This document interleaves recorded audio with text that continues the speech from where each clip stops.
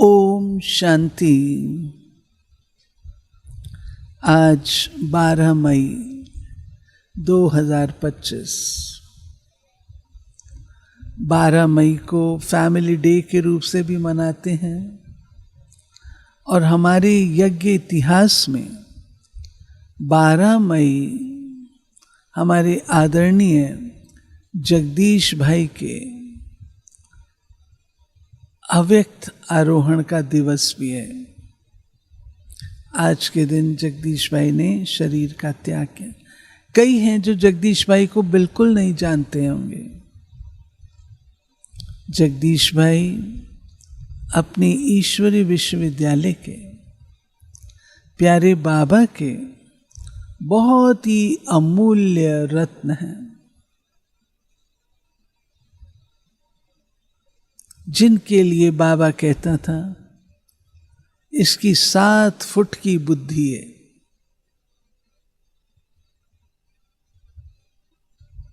जब सेवाएं आरंभ हुई, उसमें पहला बच्चा जिसने स्वयं को बाबा पर समर्पित किया। आपकी लेखनी और वाणी दोनों ही प्रतिभाशाली। प्यारे बाबा ने ज्ञान तो दिया, लेकिन उस ज्ञान का स्पष्टीकरण आदरणीय भाई साहब ने अपनी लेखनी के द्वारा अनेक पुस्तकों के द्वारा किया। जगदीश भाई जिन्होंने संस्था के स्टेटस को यूनाइटेड नेशंस तक पहुंचाने में प्रयास किया, विदेश सेवाओं का आरंभ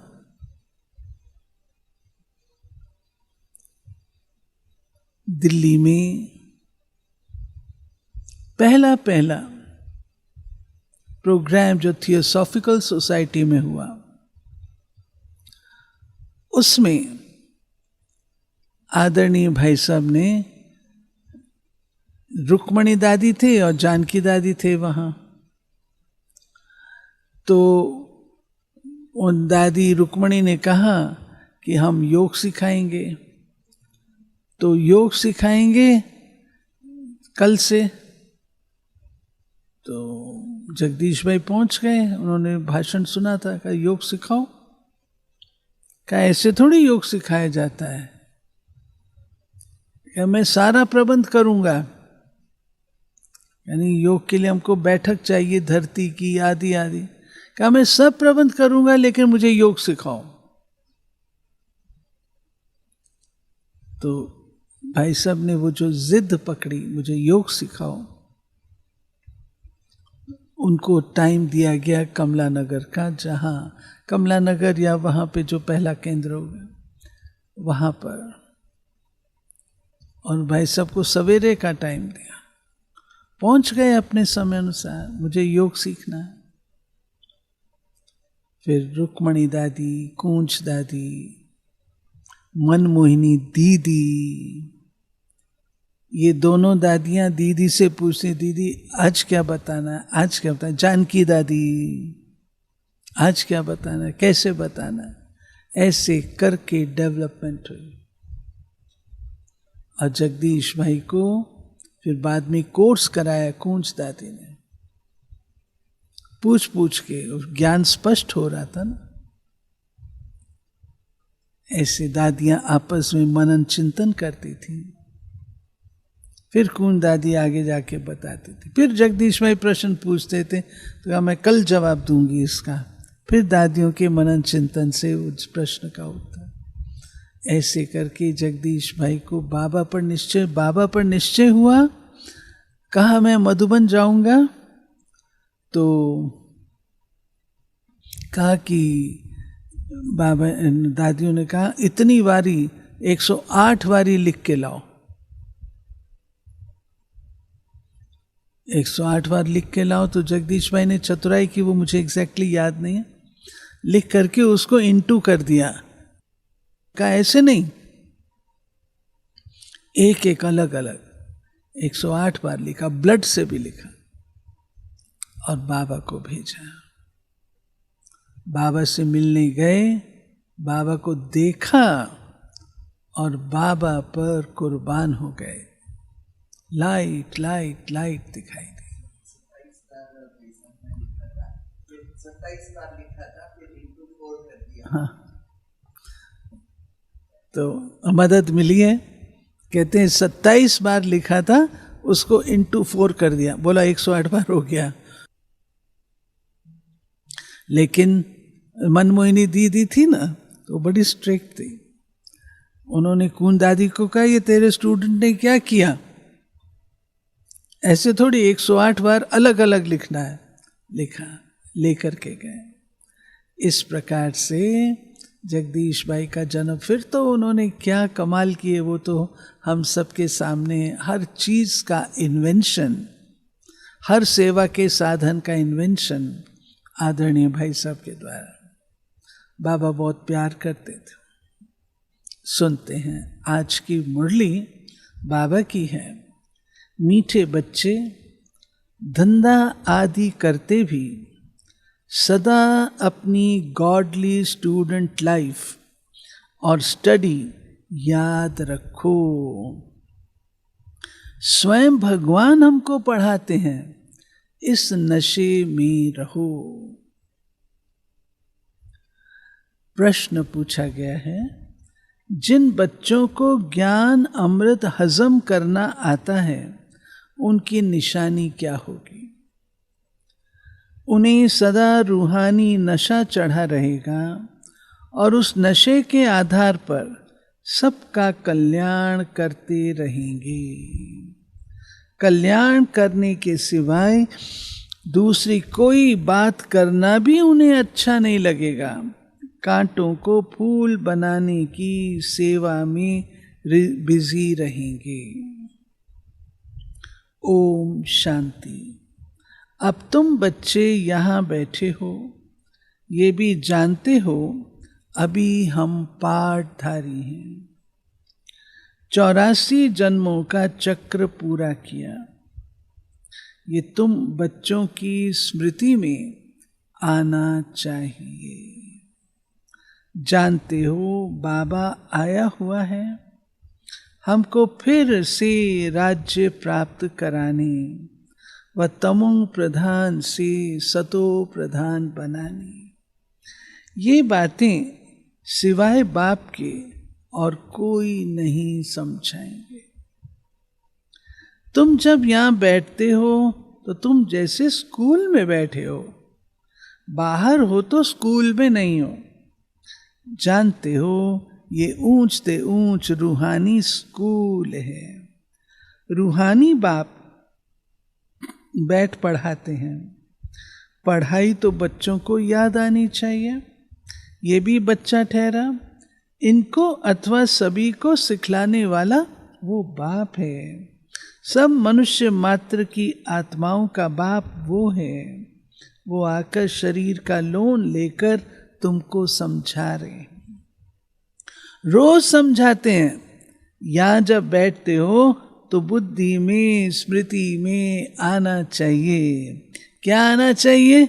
हमने 84 जन्म लिए हैं। हम विश्व के मालिक थे, देवी देवता थे। पुनः जन्म लेते लेते आकर पट पड़े हैं। भारत कितना सॉल्वेंट था, सारी स्मृति आई है। भारत की ही कहानी है, साथ साथ अपनी भी।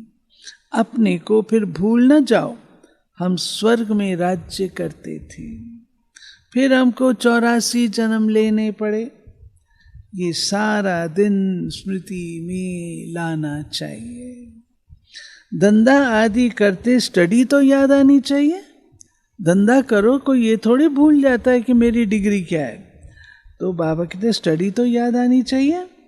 कैसे हम विश्व के मालिक थे, फिर हम नीचे उतरते आए, बहुत सहज है। परंतु ये याद भी कोई को रहती नहीं है। आत्मा पवित्र न होने कारण याद खिसक जाती है।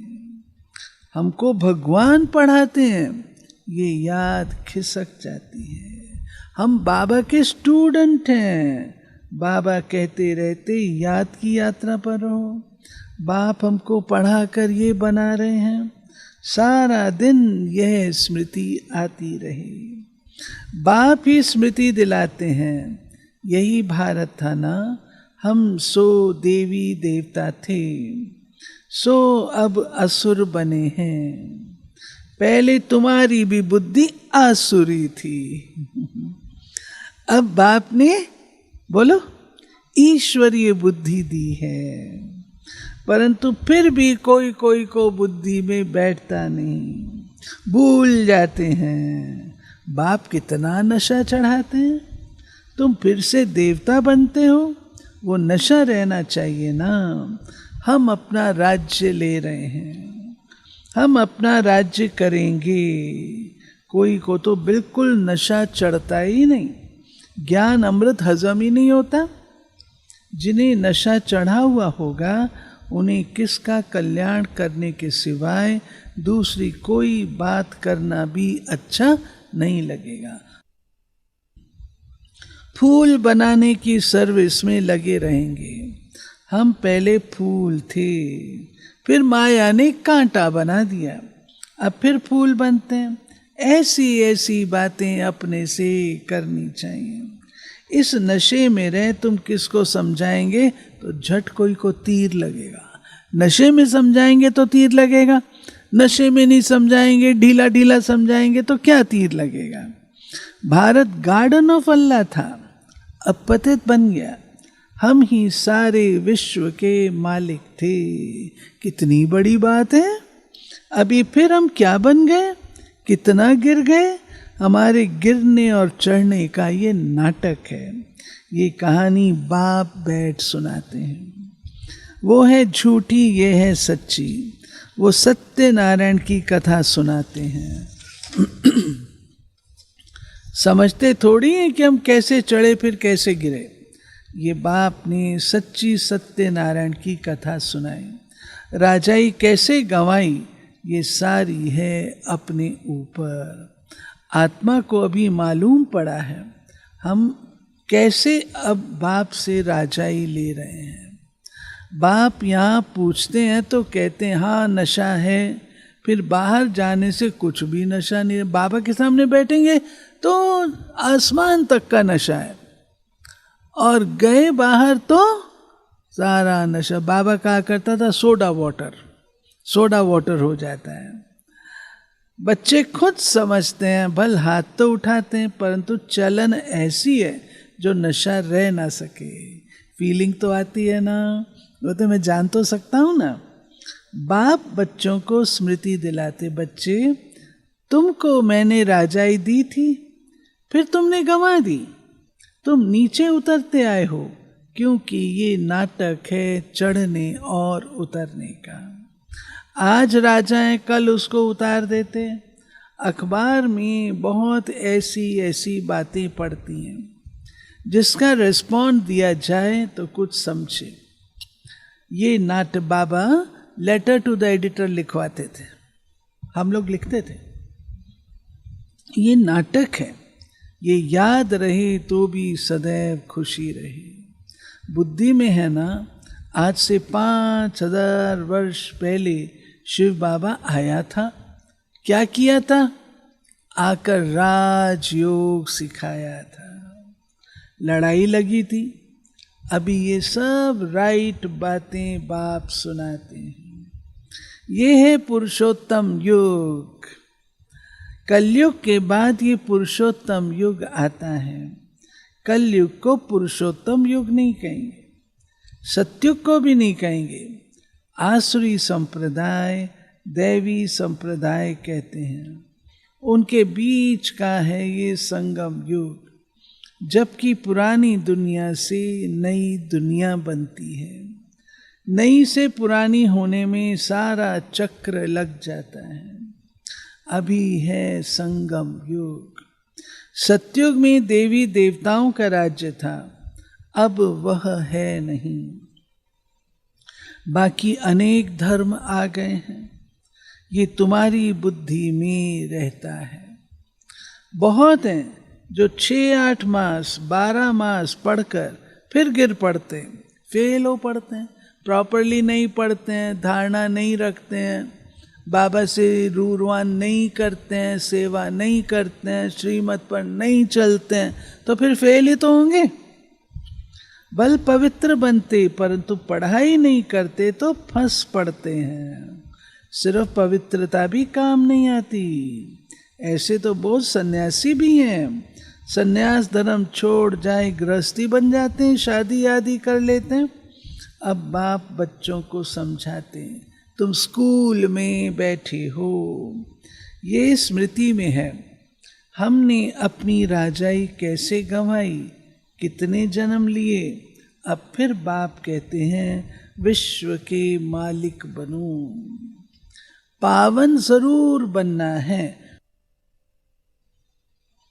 जितना जास्ती याद करेंगे उतना पवित्र होते जाएंगे, क्योंकि सोने में खाद पड़ती है, वो निकले कैसे, सोने में डालते जाते हैं ना मिक्सचर। तुम बच्चों की बुद्धि में है, हम आत्मा सतो प्रधान थी, 24 कैरेट थी, फिर गिरते गिरते ऐसी हालत हो गई है। हम क्या बन गए? बाप तो ऐसे नहीं कहते हम क्या थे, तुम मनुष्य कहते हो, हम देवता थे।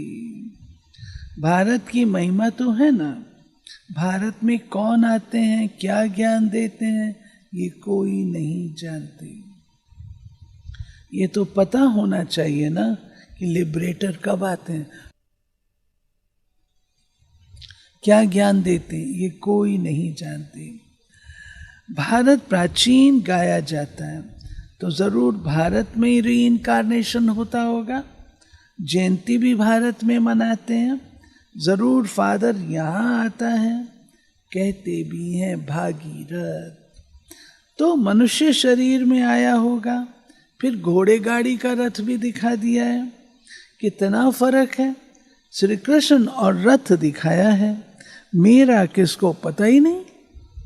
शिव बाबा कहते रथ भी दिखा दिया, घोड़े गाड़ी भी दिखा दिए, श्री कृष्ण भी दिखा दिया, अर्जुन भी दिखा दिया, लेकिन मैंने सुनाया, मेरा कहीं पर पता ही नहीं है। बाबा कहते हैं अभी तुम समझते हो, बाबा इस रथ पर आते हैं, इनको भाग्यशाली रथ कहा जाता है। ब्रह्मा सो विष्णु चित्र में कितना क्लियर है, त्रिमूर्ति के ऊपर शिव, ये शिव का परिचय किसने दिया? बाबा ने बनवाया था। अभी तुम समझते हो बाबा इस ब्रह्मा रथ में आए हैं। ब्रह्मा सो विष्णु, विष्णु सो ब्रह्मा, ये भी बच्चों को समझाया है। कहाँ 84 जन्म के बाद विष्णु सो ब्रह्मा बनते, कहाँ ब्रह्मा सो विष्णु 1 सेकंड में। हाँ, ब्रह्मा सो विष्णु 1 सेकंड में, विष्णु सो ब्रह्मा 5000 वर्ष। वंडरफुल बातें हैं बुद्धि में धारण करने की। पहले पहले समझाना होता है बाप का परिचय। भारत स्वर्ग था जरूर, हेवनली गॉड फादर ने स्वर्ग बनाया होगा। ये चित्र तो बड़ा फर्स्ट क्लास, समझाने का शौक रहता है, बाप को भी शौक है। तुम सेंटर्स पर भी ऐसे समझाते रहते हो, यहाँ तो डायरेक्ट बाप है, बाप आत्माओं को बैठ समझाते हैं। आत्माओं के समझाने और बाप के समझाने में फर्क तो रहता है, जमीन आसमान का फर्क है। इसलिए यहाँ सम्मुख आते हैं सुनने लिए, सेंटरों पर भी सुनते हैं। मधुबन क्यों दौड़ते हैं? बाबा है। बाप ही घड़ी घड़ी बच्चे बच्चे कहते हैं। भाई भाई का इतना असर नहीं रहता जितना बाप का रहता है। यहाँ तुम बाप के सम्मुख बैठे हो, आत्माएं और परमात्मा मिलते हैं तो इसको मेला कहा जाता है। बाप सम्मुख बैठ समझाते हैं तो बहुत नशा चढ़ता है, समझते हैं बेहद का बाप कहते हैं, हम उनका नहीं मानेंगे। बाप कहते हैं हमने तुमको स्वर्ग में भेजा था, फिर तुम 84 जन्म लेते लेते पतित बने हो, फिर तुम पावन नहीं बनेंगे? आत्माओं को कहते। कोई समझते बाबा सच कहते, कोई तो झट कहते बाबा पवित्र क्यों नहीं बनेंगे, जरूर बनेंगे। बाप कहते मुझे याद करो तो तुम्हारे पाप कट जाएंगे, तुम सच्चा सोना बन जाएंगे। मैं सभी का पतित पावन बाप हूं। तो बाप की समझाने और आत्माओं की समझाने में कितना फर्क है। समझो कोई नए आ जाते हैं, उनमें भी जो यहाँ का फूल होगा उनको टच होगा। ये कहते तो ठीक है, जो यहाँ का नहीं होगा तो समझेगा नहीं, इधर उधर देखता रहेगा तवाई की तरह। तो तुम भी समझाओ। हम आत्माओं को बाप कहते हैं तुम पावन बनो। मनुष्य पावन बनने के लिए गंगा स्नान करते हैं, गुरु करते हैं, परंतु पतित पावन तो बाप ही है। बाप आत्माओं को कहते हैं तुम कितने पतित बन गए हो।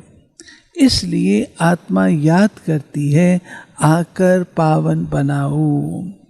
बाप कहते हैं मैं कल्प कल्प आता हूँ, तुम बच्चों को कहता हूँ ये अंतिम जन्म पवित्र बनो। ये रावण राज्य खत्म होना है, मुख्य बात है पावन बनने की। स्वर्ग में विष होता नहीं।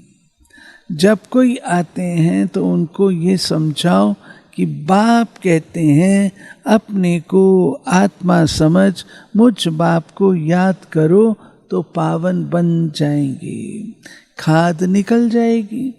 मन मना भव अक्षर याद है ना। बाप निराकार है, हम आत्मा भी निराकार हैं।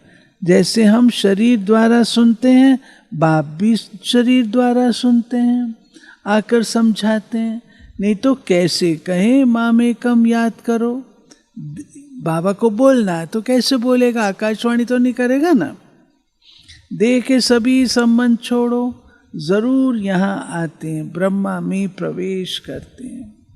प्रजापिता अब प्रैक्टिकल में है, इन द्वारा हमको बाप ऐसे कहते हैं, हम बेहद के बाप को ही मानते हैं। वो कहते पावन बनो, पतितपना छोड़ो, पुरानी देह के अभिमान को छोड़ो, मुझे याद करो तो अंतमति सो गति हो जाएगी। तुम लक्ष्मी नारायण बन जाएंगे। क्या समझा? अब सुनो, बाप से बेमुख करने वाला मुख्य अवगुण है।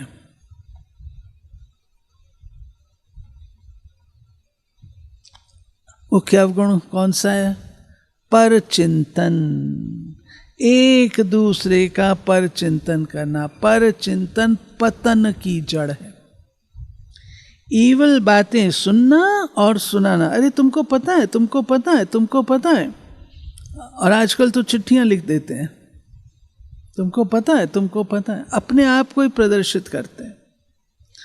बाप का डायरेक्शन है, तुम्हें ईवल बातें सुननी नहीं है। इनकी बात उनको, उनकी बात इनको सुनाना, ये धूतीपना तुम बच्चों में नहीं होना चाहिए। अब भी बात करो, अब भी जाकर के सुना के आएंगे। इसको बाबा कहते हैं धूतीपना, घर पिटाना। इस समय दुनिया में सभी विपरीत बुद्धि हैं। सिवाय राम के दूसरी कोई बात सुनाना, उसको धूतीपना कहा जाता है। अब बाप कहते हैं ये धूतीपना छोड़ो। तुम सभी आत्माओं को बताओ कि हे सीताएं, तुम एक राम से योग लगाओ। तुम हो मैसेंजर, ये मैसेज दो। बाप ने कहा है मुझे याद करो, बस। इस बात के सिवाय बाकी सब है धूतीपना। बाप सब बच्चों को कहते हैं धूतीपना छोड़ दो। समझा ना धूतीपना क्या है? हाँ, इधर उधर की बातें करना, दिल खराब करना, ये सब धूतीपना है। सभी सीताओं का एक राम से योग जुड़वाओ, तुम्हारा धंधा ही ये है। बस ये पैगाम देते रहो। बाप आया हुआ है, कहते तुमको गोल्डन एज में जाना है, अब इस आयरन एज को छोड़ना है। तुमको वनवास मिला हुआ है, जंगल में बैठे हो। वन जंगल को कहा जाता है। कन्या की जब शादी होती है तो वनवाह में बैठती है। वो सिंधी इसमें शायद, और हमारे यहाँ भी प्रथा होगी, हमें तो पता नहीं, कि कहते लड़की को शादी से पहले मैले कपड़े पहनाएंगे, श्रृंगार नहीं करेंगे, कुछ नहीं करेंगे। वनवाह, उसको वनवाह कहते हैं। तो वनवाह में बैठती, फिर महल में जाती है। तुम भी जंगल में बैठे हो, अब ससुर घर जाना है, इस पुरानी देह को छोड़ना है। एक बाप को याद करो, जिनकी विनाश काले प्रीत बुद्धि, वो तो महल में जाएंगे, बाकी विपरीत का है वनवास, जंगल में वास है। बाप तुम बच्चों को भिन्न भिन्न रीति से समझाते हैं। जिस बाप से इतनी बेहद की बादशाही ली है, उनको भूल गए तो वनवास में चले गए। वनवास और गार्डनवास, बाप का नाम ही है बागवान। परंतु जब कोई की बुद्धि में आए, भारत में ही हमारा राज्य था, अभी नहीं है, अभी तो वनवास, फिर गार्डन में चलते हैं। तुम यहाँ बैठे हो तो भी बुद्धि में है, हम बेहद के बाप से अपना राज्य ले रहे हैं। बाप कहते हैं मेरे साथ प्रीत रखो, फिर भी भूल जाते हैं। बाप उलहना देते हैं, तुम मुझ बाप को कहाँ तक भूलते रहेंगे, फिर गोल्डन एज में कैसे जाएंगे? अपने से पूछो, हम कितना समय बाबा को याद करते हैं। हम जैसे कि याद की अग्नि में पड़े हैं, जिससे विकर्म विनाश होते हैं। एक बाप से प्रीत बुद्धि होना है। सबसे फर्स्ट क्लास माशूक है, जो तुमको भी फर्स्ट क्लास बनाते हैं। कहाँ थर्ड क्लास में बकरियों में से ट्रैवल करना, कहाँ एयर कंडीशन में, कितना फर्क है। ये सब विचार सागर मंथन करना है तो तुमको बहुत मज़ा आएगा। ये बाबा भी कहते, मैं भी बाबा को याद करने के लिए बहुत माथा मारता हूँ। ब्रह्मा बाबा कहते, मैं भी बाबा को याद करने के लिए बहुत कोशिश करता हूँ, बहुत माथा मारता हूँ, बहुत पुरुषार्थ करता हूँ। सारा दिन ख्यालात चलती रहती है। तुम बच्चों को भी यही मेहनत करनी है। अच्छा, मीठे मीठे सिक्के लधे बच्चों प्रति मात पिता बाप दादा का याद प्यार और गुड मॉर्निंग। रूहानी बाप की रूहानी बच्चों को नमस्ते। हम रूहानी बच्चों की रूहानी बाप को नमस्ते। धारणा, किसी को भी एक राम की बातों के सिवाय दूसरी कोई भी बातें नहीं सुनानी।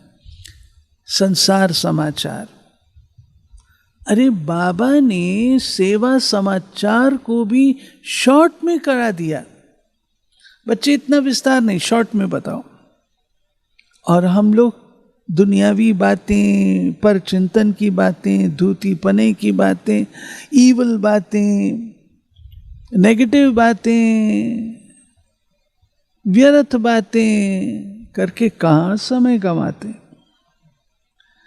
एक की बात दूसरे को सुनाना, पर चिंतन करना, ये धूतीपना है, इसे छोड़ देना है। दूसरा, एक बाप के साथ प्रीत रखनी है। पुरानी देह का अभिमान छोड़ एक बाप की याद से स्वयं को पावन बनाना है।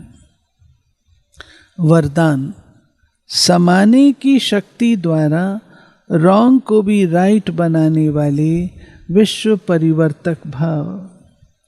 दूसरे की गलती को देखकर स्वयं गलती नहीं करो। अगर कोई गलती करता है तो हम राइट में रहें, उसके संग के प्रभाव में ना आए। जो प्रभाव में आ जाते वो अलबेले हो जाते हैं। हर एक सिर्फ ये जिम्मेवारी उठा लो, मैं राइट के मार्ग पर ही रहूँगा। अगर दूसरा रॉन्ग करता है उस समय समाने की शक्ति यूज़ करो। किसी की गलती को नोट करने के बजाय उसको सहयोग का नोट दो, अर्थात सहयोग से भरपूर कर दो, तो विश्व परिवर्तन का कार्य सहज हो जाएगा। स्लोगन, निरंतर योगी बनना है तो हद के मैं और मेरेपन को बेहद में परिवर्तन करो। निरंतर योगी बनना है तो हद के मेरेपन को बेहद में परिवर्तन करो। अव्यक्त इशारे, वर्तमान समय के प्रमाण फरिश्तेपन की संपन्न स्टेज के व बाप समान स्टेज के समीप आ रहे हो।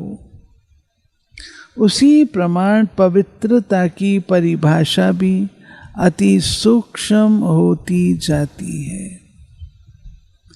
सिर्फ ब्रह्मचारी बनना ही पवित्रता नहीं, लेकिन ब्रह्मचारी के साथ ब्रह्मा बाप के हर कर्म रूपी कदम पर कदम रखने वाले ब्रह्मचारी बनो।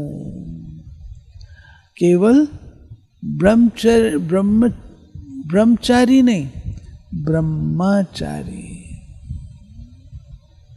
ब्रह्मचारी बाबा ने कैसे अपना आचरण किया, बाबा ने कैसे अपने आप को बनाया, कैसे बाबा ने एक एक कदम उठाया, उसको बाबा कहता फॉलो करो। तो पवित्रता की परिभाषा हमारे लिए ब्रह्मचर्य मात्र नहीं है, लेकिन हमको ब्रह्मचारी बनना है। क्या बनना है? क्या बनना है? ब्रह्मचारी, ब्रह्मचारी। ठीक है, तो ये थे प्यारे बाबा के आज के चले हुए मधुर महावाक्य, जिसमें बाबा ने हमें सावधान किया है कि बच्चे फालतू अपने विक्रम मत बनाओ। कल की भी मुरली थी ना, वायुमंडल नहीं बनाओ। आज की भी मुरली है वो एक दूसरे के अवगुण देखना। ये पूछ लो अपने आप से, मैं किस चीज की व्यापारी हूं? अवगुणों की व्यापारी हूं या गुणों की? अगर अवगुणों की व्यापारी हूं तो अवगुण देखूंगी, गुणों की व्यापारी हूं तो गुण ही गुण देखूंगी। तो किस चीज के व्यापारी हूं? गुणों के व्यापारी है ना। गुणों के व्यापारी होंगे तो गुण चोर बनेंगे, सबके गुण देखते देखते स्वयं में धारण करेंगे। और अवगुण वाले होंगे, अवगुणों के व्यापारी, तो उसी को करेंगे। क्या बन जाएंगे? अपने आप को मैला बना लेंगे। अवगुण तो मैला बनाएंगे ना, दुखी करेंगे। चलते बाबा की याद में।